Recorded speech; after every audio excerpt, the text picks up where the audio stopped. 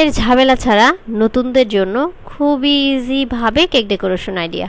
আর এই ডেকোরেশনটা আপনারা যে কোনো শলা অথবা কাঠি দিয়ে করে নিতে পারবেন। প্রথমে একটা কেকের উপরে বেশ খানিকটা চকলেট গানাশ দিয়ে দিতে হবে, মাঝখানে কিছুটা জায়গা খালি রাখতে হবে।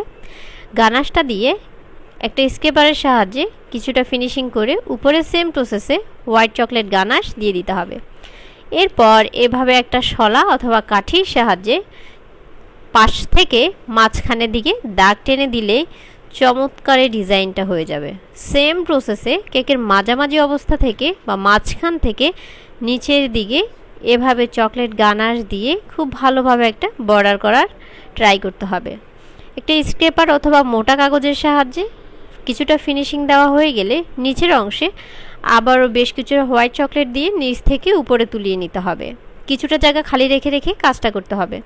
হয়ে গেলে সেম শলাটা দিয়ে ভিডিও দেখানো প্রসেস অনুযায়ী নিচে থেকে উপরে টান দিয়ে দিয়ে এভাবে দাগ টেনে নিতে হবে। তাহলে কিন্তু খুবই চমৎকারভাবে একটা কেক ডেকোরেশন করা যাবে। এরপর এখানে একটা নজেল দিয়ে, এই নজেলগুলোর কোনো নাম্বার হয় না, ছোট সাইজে যে নজেল সেট হয়ে থাকে এটা সে সেটেরই একটা নজেল। কেকের চারপাশে এভাবে লাল লাল করে বেশ কয়েকটা হার্ট শেপ এঁকে দিতে হবে।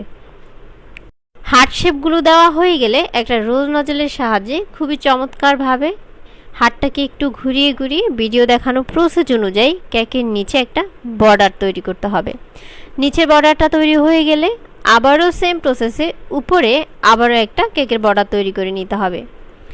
উপরে বর্ডারটা হয়ে গেলে কেকের লুকটা কিন্তু একদমই চেঞ্জ হয়ে গিয়েছে। এরপর এখানে ছোট্ট একটা কিউট ডল বসিয়ে দিলে পুরো কেকটা কমপ্লিট হয়ে গিয়েছে।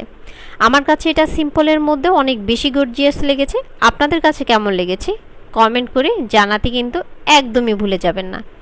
আর যদি ভিডিওটা আপনাদের কাছে ভালো লেগে থাকে তাহলে কিন্তু শেয়ার করে আপনারা আপনাদের টাইমলাইনে রেখে দিতে পারেন। আর আমার পেজে একটা ফলো দিয়ে দিতে পারেন। নিত্য নতুন ভিডিও দেখতে অথবা নিত্য নতুন টিপস জানতে ফলো দিবেন।